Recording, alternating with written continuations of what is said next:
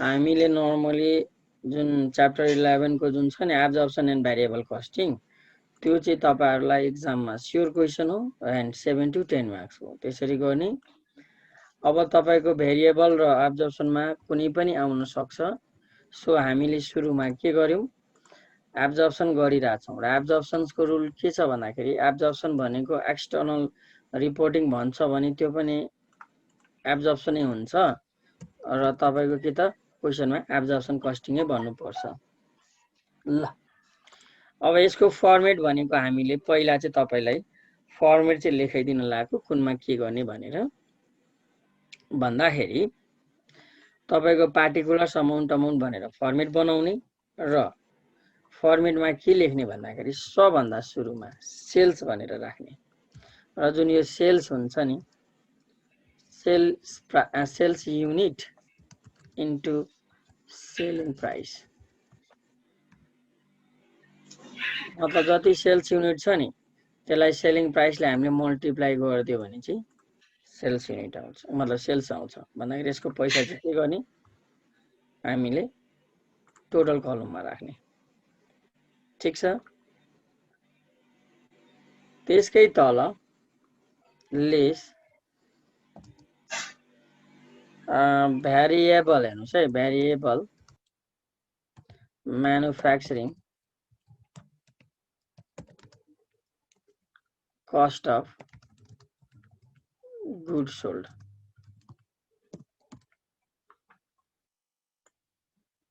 भन्दाखेरि हामीले के गर्ने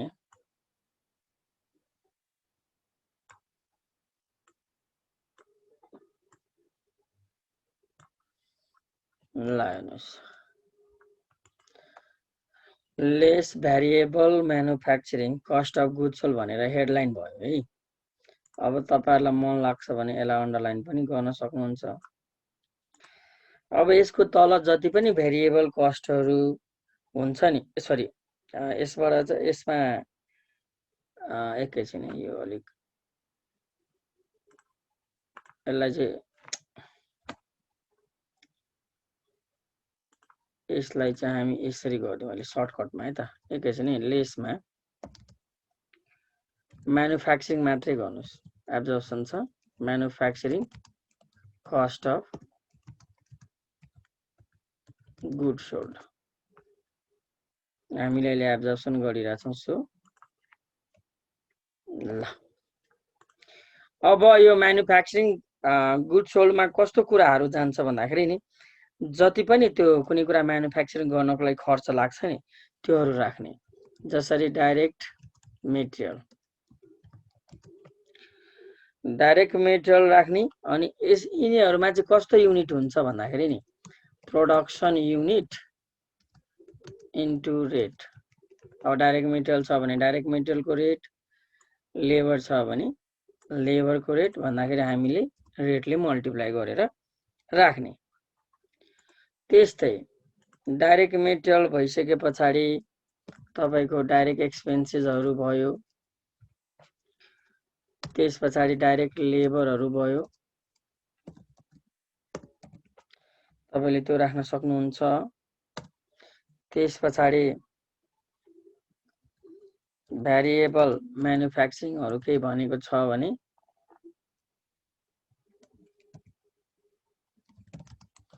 भेरिएबल म्यानुफ्याक्चरिङहरु भयो त्यो राख्ने र कहिलेकाहीँ फिक्सहरु पनि दिन्छ फिक्स म्यानुफ्याक्चरिङहरु छ भने चाहिँ यसलाई चाहिँ हामीले यहाँ राख्ने भन्दाखेरि तपाईको यति याद गर्नुस् तपाईले यहाँ राख्दाखेरि डाइरेक्ट मेटेरियल जसरी राख्नु पनि प्रोडक्सन इन्टु रेट भने रेट भन्दाखेरि त्यसरी नै यिनीहरुलाई के गर्ने प्रोडक्सन सँग चाहिँ हजुरको तिनीहरुको रेट निकालेर चाहिँ हामीले मल्टिप्लाई गर्छौं।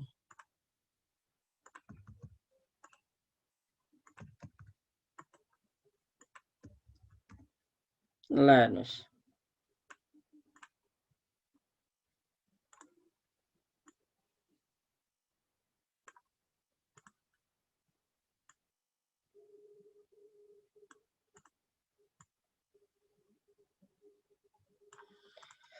ल तपाईहरुले यति राखिसके पछाडी यसलाई टोटल गर्नु होला। टोटल गरेपछि हाम्रो के आउँछ भन्दाखेरि म्यानुफ्याक्चरिङ कस्ट अफ प्रोडक्सन आउँछ। म्यानुफ्याक्चरिङ कस्ट अफ प्रोडक्सन जुन तपाईले यो प्रोडक्सन जुन तपाईले यो फर्मेट लेखिरहनु भएको छ नि, यही फर्मेट भनेको तपाईको आउने हो एक्जाममा। यो भन्दा धेरै कुराहरु आउँदैन, मतलब यो भन्दा कम आउला, तर यो भन्दा चाहिँ धेरै चाहिँ आउँदैन।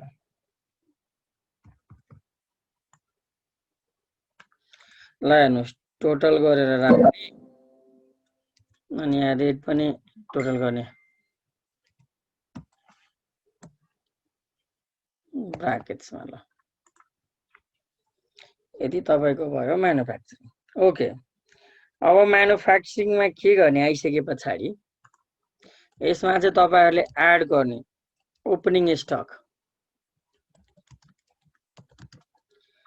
ओपनिङ स्टक लिने अनि त्यसको के छ रेट भनेर राख्ने अनि भइहाल्छ। अनि लेस के गर्ने, लेस चाहिँ क्लोजिङ स्टक।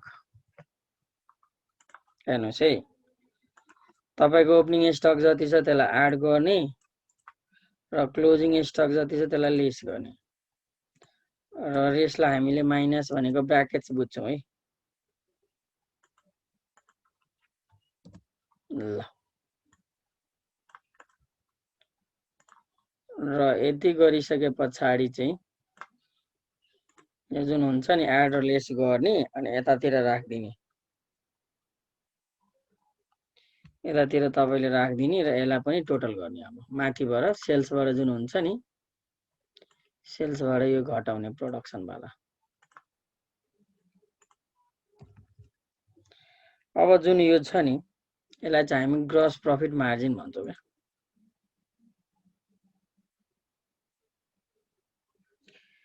एकैछिन है, यसमा अझै एउटा थपौं। ल अब यति भइसके पछाडी तपाईको एउटा थप्ने कुरा के हुन्छ, एड र लेस। यो पनि कहिलेकाहीँ आइदिन सक्छ है, भन्दाखेरि ओभर र अन्डर आउन सक्छ। एब्जर्प्सन फिक्स वाला है, फिक्स कस्टको लागि कहिलेकाहीँ चाहिँ तपाईको यो पनि आइदिन्छ भन्दाखेरि तपाईको छ भने आको छ भने एड र लेस भनेर यहाँ राख्दिने अनि यता गर्दिने अनि आउँछ तपाईको ग्रस प्रफिट, मतलब ग्रस प्रफिट मार्जिन हामीले राख्ने। ग्रस प्रफिट मार्जिन, यो ग्रस प्रफिट मार्जिन भनेको हजुरको यो जुन सेल्स छ नि, सेल्सबाट चाहिँ हामीले जति तलसम्म छ त्यो लेस गर्ने, जसलाई तपाईहरुले कस्ट पनि भन्न सक्नुहुन्छ। जति कस्ट लागेको छ त्यो चाहिँ हामीले लेस गर्ने भनेर भन्न सक्छौं। ल हेर्नुस्, अब यति भइसके पछाडी तपाईको यसमा के लेस गर्ने भन्दाखेरि लेस भ्यारिएबल के अरे नन जुन हुन्छ नि, नन म्यानुफ्याक्चरिङ। माथि चाहिँ म्यानुफ्याक्चरिङ थियो, यसलाई चाहिँ नन म्यानुफ्याक्चरिङ कि। नन म्यानुफ्याक्चरिङमा चाहिँ जति पनि तपाईको सेलिङहरु हुन्छ नि, जसरी भ्यारिएबल सेलिङ अनि तपाईको फिक्स सेलिङहरु जुन हुन्छ नि त्यो चाहिँ तपाईले यहाँ राख्ने अनि टोटल गरेर चाहिँ घटाइदिने।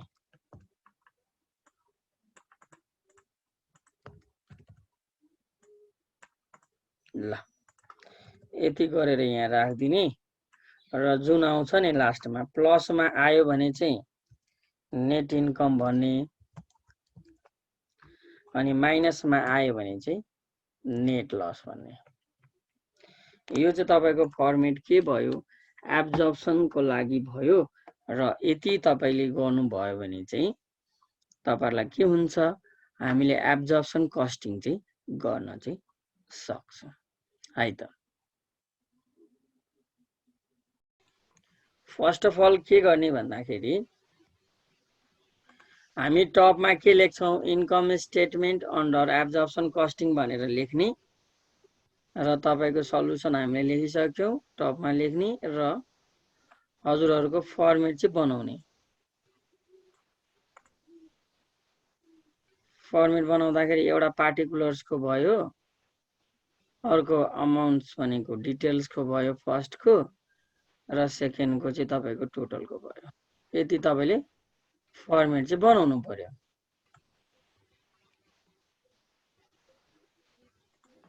ल तपाईको यसमा चाहिँ पार्टिकुलर भनेर लेख्नुस्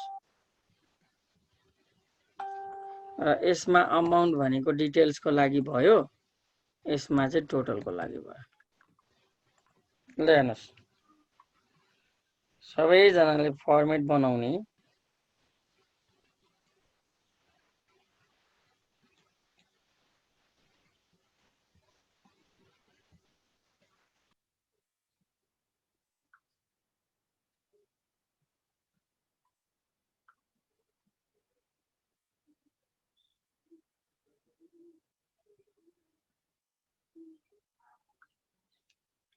ल अब हामीले फर्मेट हेर्दाखेरि चाहिँ फर्मेटमा चाहिँ हामीले के भनेको थियौँ, फर्स्टमा चाहिँ सेल्स राख्ने हैन त।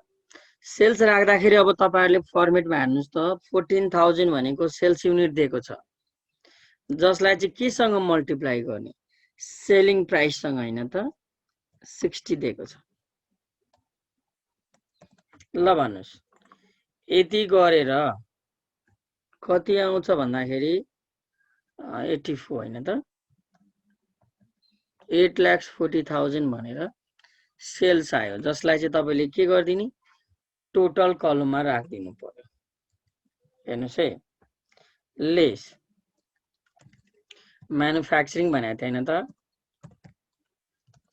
म्यानुफ्याक्चरिङ COGS भनेको कस्ट अफ गुड्स सोल्ड। अब यसको तल चाहिँ तपाईहरुले के लेख्नु पर्यो रे, जसरी तपाईको डाइरेक्ट मेटेरियल डाइरेक्ट लेबरहरु दिएको छ भने त्यसलाई राख्ने, भन्दाखेरि डाइरेक्ट मेटेरियल दिएको छ, त्यसपछि डाइरेक्ट लेबर पनि दिएको छ। अब एक्सपेन्सेसहरु केही छ कि छैन हेर्ने, छैन डाइरेक्ट एक्सपेन्सेसहरु, सो के गर्ने, भेरिएबल म्यानुफ्याक्चरिङ यो छ, ओभरहेड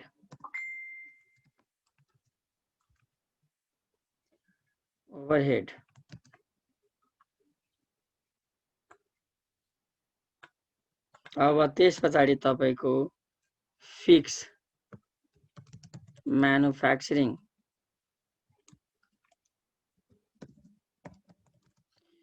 ओभरहेड, यति भनेको नि तपाईहरुको मेन चाहिँ दिएको छ, यसमा चाहिँ राख्नु पर्ने। हेर्नुस् है, ल अब तपाईको के गर्ने, हामीले डाइरेक्ट मेटेरियललाई केसँग मल्टिप्लाई गर्ने, तपाईहरु भन्नुस् त। प्रोडक्सन युनिट इन्टु रेट भन्दाखेरि प्रोडक्सन युनिट कति दिएको छ तपाईको क्वेशनमा हेर्ने छ कि छैन, 12,000 दिएको छ। सो यही हो के कन्सेप्ट, तपाईलाई क्लियर हुनुपर्छ कुन राख्ने के गर्ने भनेर। र यसको रेट कति दिएको छ, डाइरेक्ट मेटेरियलको 20। अब त्यस्तै हजुरको डाइरेक्ट लेबरको कति छ फेरि, 12,000 इन्टु 10 भन्दाखेरि अब गुणन गरेर डिटेल्समा लेखौं, 2,40,000, 1,20,000। अब तपाईको भेरिएबल म्यानुफ्याक्चरिङ ओभरहेड भनेको 5 को रेटले छ है, यहाँ ठाउँ भएन, म @5 यसलाई पनि के गर्ने, प्रोडक्सन सँगै राख्नु पर्यो है त।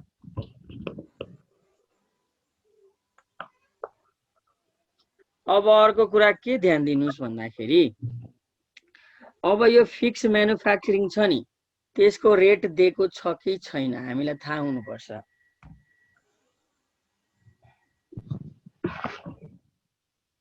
यसको त रेट हुँदैन सर। यसको रेट हुन्छ तर यो क्वेसनमा चाहिँ छैन। भन्दाखेरि तपाईले फिक्स म्यानुफ्याक्चरिङ ओभरहेडको रेट निकाल्नको लागि तपाईले के गर्नु पर्यो, त्यहाँ फिक्स म्यानुफ्याक्चरिङ ओभरहेड दिएको छ हेर्नुस् त, छ सर। 1 लाख दिएको छ। तपाईले के गर्नु, यसलाई चाहिँ नर्मल क्यापेसिटी जुन माथि हुन्छ नि त्यसले डिभाइड गर्नु। फिक्सलाई जहिले पनि है डिभाइड गर्दाखेरि हजुरको कति आयो रुपीस 10 आउँछ। यो भनेको फिक्स म्यानुफ्याक्चरिङको भयो है 10 रुपैयाँ। र यसलाई गुणन गर्दाखेरि तपाईहरुलाई मैले भनेकै छु केसँग गर्ने रे, प्रोडक्सनसँग गर्ने नि त।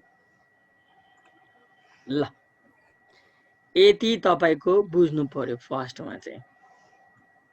भन्दाखेरि अब टोटल गरौँ त 240 3 लाख 5,40,000 आउँछ। 5,40,000 र मैले यसलाई के भनेर लेख्नु भनेको थिएँ तपाईहरुलाई, Manufacturing cost of production. हो म्यानुफ्याक्चरिङ कस्ट अफ प्रोडक्सन।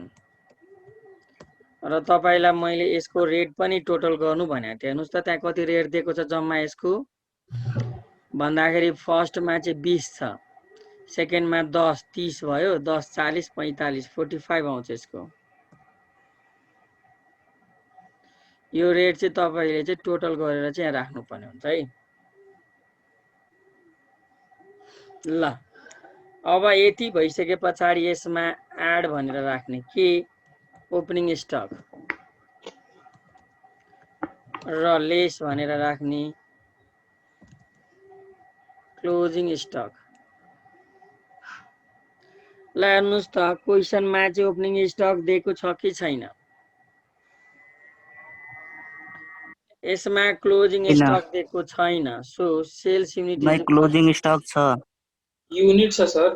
युनिटमा हैन, ओपनिङ स्टक छ त छैन।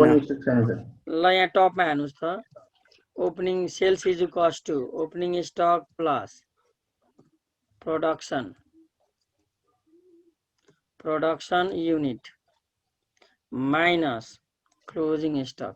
यो सबै चाहिँ हजुरको के गर्नु पर्यो भन्दाखेरि यो चाहिँ तपाईको युनिट्समै हुनुपर्छ। हेर्नुस् है यहाँबाट चाहिँ हामीले चाहिँ निकाल्छौं। यहाँबाट चाहिँ तपाईको के निकाल्छौं भन्दाखेरि हामीले चाहिँ ओपनिङ स्टकको भ्यालु चाहिँ निकाल्छौं।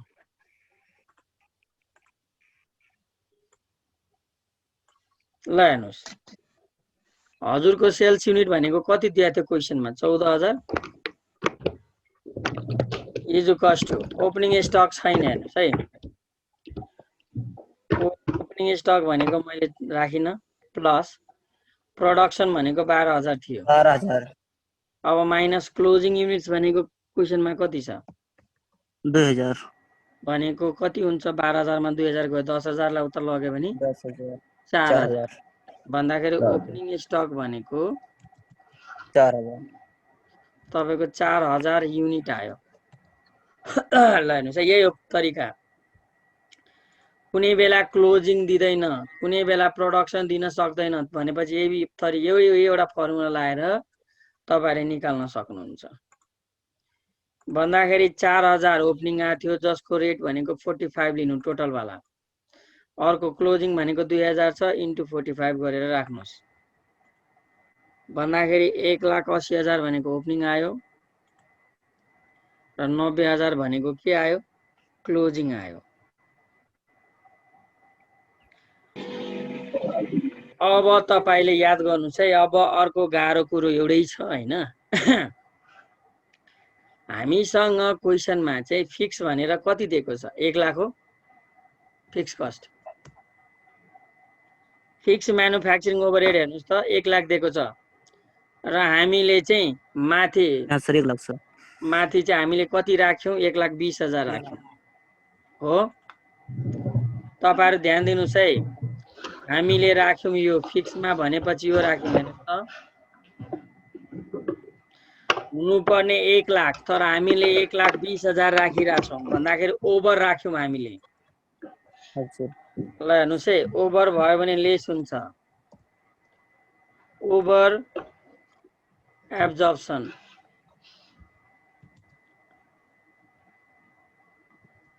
अफ फिक्स म्यानुफ्याक्चरिङ कस्ट, मतलब राख्नु पर्ने थियो 1 लाख, तर 1,20,000 हामीले राखिरहेको छौँ भन्दाखेरि यो जुन 20,000 भयो नि, यसलाई चाहिँ हामी के गरिदिने, लेस गरिदिने। अब हेर्नुहोस् त, यतिलाई टोटल गर्नुहोस् त, अनि यता राखौँ। अब तपाईको 5,40,000 मा 1,80,000 जोड्ने, माइनस 90,000, 90,000 लाई 9 लाख ल्याएछु फेरि, 90,000 है, माइनस 20,000, 6,10,000 हो, 6,10,000 है। अब तपाईलाई यो म 90,000, 9 लाखलाई 90 बनाइदिन्छु। ल अब तपाईको के आउँछ, ग्रस प्रफिट हैन त। अब 8,40,000 मा 6,10,000 घटाउनु त 2,30,000 भनेको हाम्रो के आउँछ, ग्रस प्रफिट आउँछ। अब ग्रस प्रफिटमा तपाईले के लेस गर्नुपर्ने हुन्छ, लेस नन भनेको थिएँ मैले, नन म्यानुफ्याक्चरिङ, नन म्यानुफ्याक्चरिङ।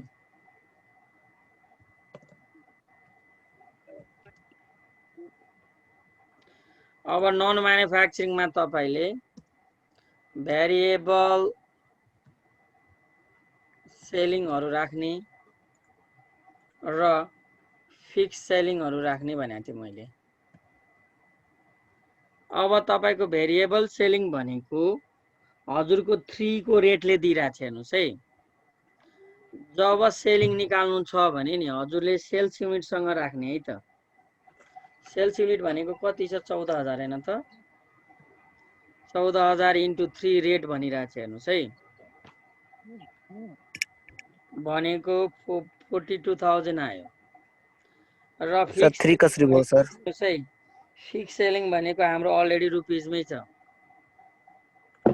1,50,000। अब यो दुईटालाई जोड अनि उता लगेर घटाइदेऊ, भन्दाखेरि कति भयो, 192 आयो।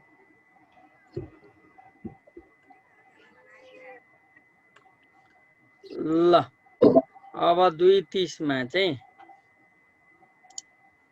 हामीले फिक्स सेलिङको रेट गर्नु पर्दैन सर? हजुर, फिक्स सेलिङको रेट, फिक्स सेलिङको त अलरेडी पैसा दिएको छ, सो गर्नु पर्दैन। पैसा नगरेको चाहिँ सेलिङ रेट दिएको चाहिँ गर्नु पर्थ्यो। ल हेर्नुस् त, 38,000 आइरहेछ।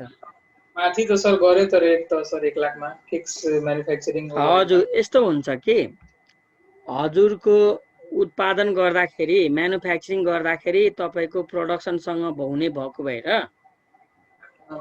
त्यसलाई रेट निकालेर गर्नुपर्छ। तर सेलिङहरु भनेको जहिले पनि फिक्स हुन्छ, यो चेन्ज हुन सक्दैन।